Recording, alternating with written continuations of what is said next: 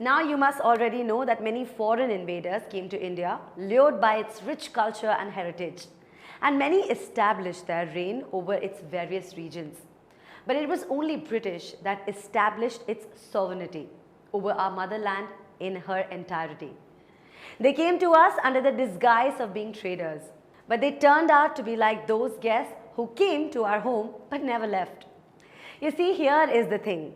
During that time, there was a huge demand for cotton, silk, spices and other raw materials in the European market. And these were available in India in abundance.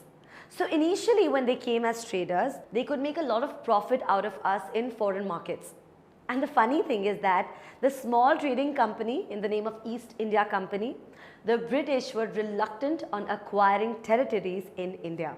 I know you must be thinking, then how did they manage to become the masters of such a vast empire? Well, the story goes like this. When the East India Company came to our country, India was under the Mughal rule.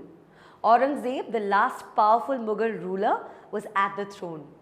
He had established the control over every large part of the Indian territory, but with its center based at Delhi. But unfortunately, after his death in 1707, many Mughal governors called Subedars and big Zamindars began asserting their authority and establishing regional kingdoms. And they emerged as powerful regional kingdoms in various parts of India. Now, as a result, Delhi could no longer function as an effective center. But even after Aurangzeb's death, the Mughal emperors continued to be symbolically important. In fact, a massive rebellion broke out in the year 1857 against the British rule.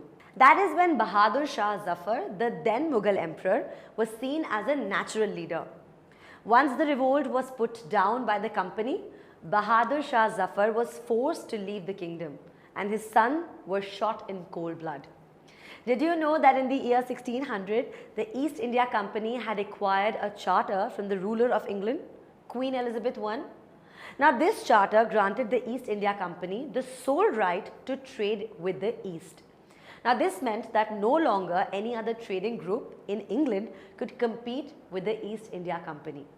With this charter, the company could venture across oceans looking for new lands to buy goods at cheaper prices and carry them back to Europe to sell them at higher prices. The company did not have to fear competition from the other European trading companies like Portuguese, Dutch and French. Now in those days, mercantile trading companies made profit by excluding competition so that they could buy cheap and sell dear. But unfortunately for the Royal Charter, they could not prevent the other European powers from entering the eastern markets. As it so happened that the Portuguese had already established their base in Goa by the time the first English ships sailed down the west coast of Africa, around the Cape of Good Hope and crossed the Indian Ocean. In fact, if you remember, it was Vasco da Gama, a Portuguese explorer, who had discovered this sea route to India in 1498. And by the early 17th century, the Dutch too were exploring the possibilities of trade in the Indian Ocean. The French traders also followed soon, but these European traders only wanted to buy and sell goods. So where did the problem lie? The problem was that all the companies were interested in buying the same things. The fine quality cotton and silk, which was produced in India and had big market in the Europe. Pepper, clove, cardamom and cinnamon too were in great demand. And this led to quite a bit of competition amongst the European companies at that time.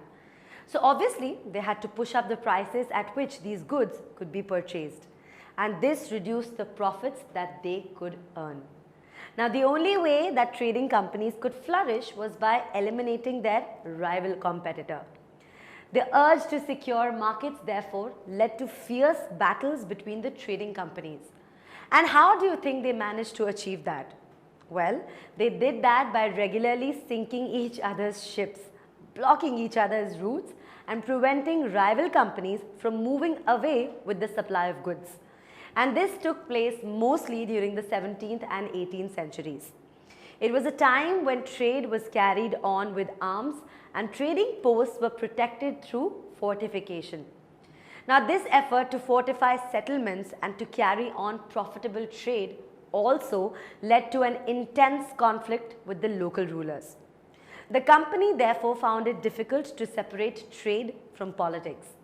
Now this picture is a painting by William Simpson in 1867, where we can see local boats bringing goods from ships in Madras. Let us find out how this happened. So with this there, it's time for me to say goodbye to you for now. But next time we shall continue with the story of how British came to rule us. Tutormate.